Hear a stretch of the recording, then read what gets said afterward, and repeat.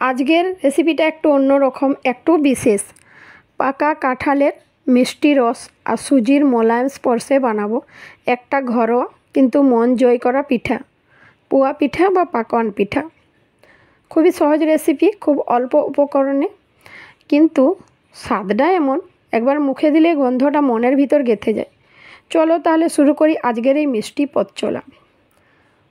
প্রথমে নিচ্ছি একটা মাঝারি সাইজের পাকা কাঁঠালটা ভেঙে নিচ্ছি, সব কোয়াগুলো আলাদা করে নিচ্ছি সুন্দর করে। এখন কাঁঠালের থেকে বীজগুলো বের করে নেব। একইভাবে সব কাঁঠালের বীজগুলো বের করে নিচ্ছি। তো এভাবে সবগুলো আমার বের করা হয়ে গেছে। এখন একটা পাত্রে নিয়ে নিচ্ছি। এবার নরম অংশটা হাতে নিয়ে স্ম্যাশ করে নিচ্ছি। খুব ভালোভাবে চটকে নিতে হবে যেন কোনো দানা না থাকে। হাত দিয়ে চেপে চেপে একটা নরম মিশ্রণ তৈরি করে নেব। একটু টাইম নিয়ে এইভাবে স্ম্যাশ করে নিতে হবে। এখন একটা আমি নেট নিয়েছি আর নেটের সাহায্যে এই মিশ্রণটা ছেঁকে নিচ্ছি। আমি এখানে নেট নিয়েছি, তোমরা চাইলে মিশ্রণটা একটা পাতলা চালুনি বা কাপড় দিয়েও ছেঁকে নিতে পারো। চেপে চেপে নিচের পাত্রে নিচ্ছি শুধু পেস্ট অংশটা, যেটা খাওয়ার মতো মসৃণ আর নরম। আঁশগুলো বাদ দিয়ে দিলাম। এখন একটা কড়াইয়ে পেস্টটা নিয়ে নিয়েছি। এবার চুলোয় একটা কড়াই বসিয়েছি আর মাঝারি আঁচে কাঁঠালের মিশ্রণটা দিয়ে 4 থেকে 5 মিনিট নাড়াচাড়া করে ঘন হলে নামিয়ে নেব।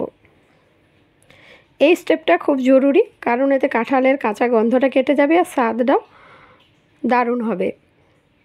এখন একটা মিক্সিং জারে নিয়ে নিয়েছি 4 থেকে 5টা ছোটো এলাচ আর নিয়ে নিয়েছি 1 বাটি সুজি। এখন ঢাকা দিয়ে গ্রাইন্ড করে নেব।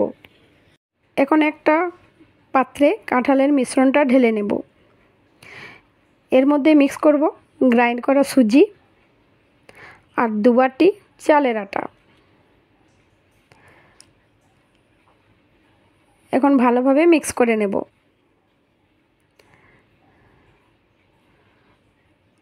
এখন আমি অ্যাড করব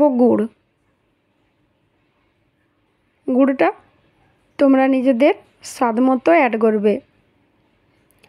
আমি এখানে গুড় অ্যাড করেছি, তোমরা চাইলে গুড়ের বদলে চিনিও অ্যাড করতে পারো।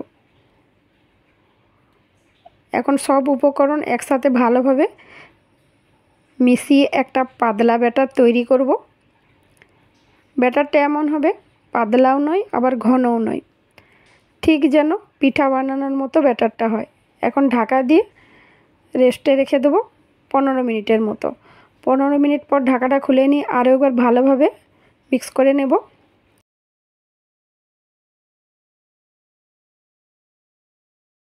এবার চুলোতে একটা কড়াই বসিয়ে দেব, দিয়ে দেব রিফাইন তেল। তেলটা ভালোভাবে গরম করে নেব। এরপর মাঝারি আঁচে হাত বা চামচ দিয়ে একটু একটু করে ব্যাটার ফেলে দেব গরম তেলে।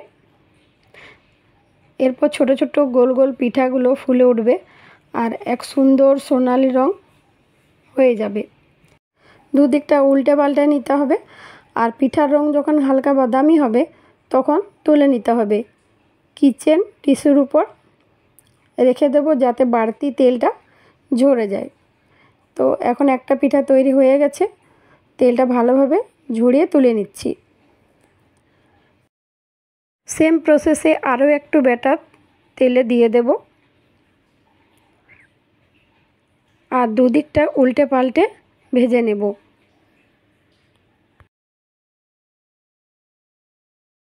এবার তেলটা ভালোভাবে ঝরিয়ে তুলে নেব। এভাবেই তৈরি হয়ে গেল কাঁঠালের মিষ্টি পিঠা। একদিকে ঘ্রাণে ভরপুর আর অন্যদিকে মন ছুঁয়ে যাওয়ার মতো স্বাদ। একবার বানিয়ে দেখো, সত্যি বলছি খেয়ে তোমার মনটা খুশিতে ভরে যাবে। রেসিপিটা ভালো লাগলে একটা লাইক দিও, কমেন্টে জানাও তোমার বাড়িতে কাঁঠাল দিয়ে কি কি মজার জিনিস হয়। আর এমন আরও রেসিপি পেতে চ্যানেলটাকে সাবস্ক্রাইব করে পাশে থাকো।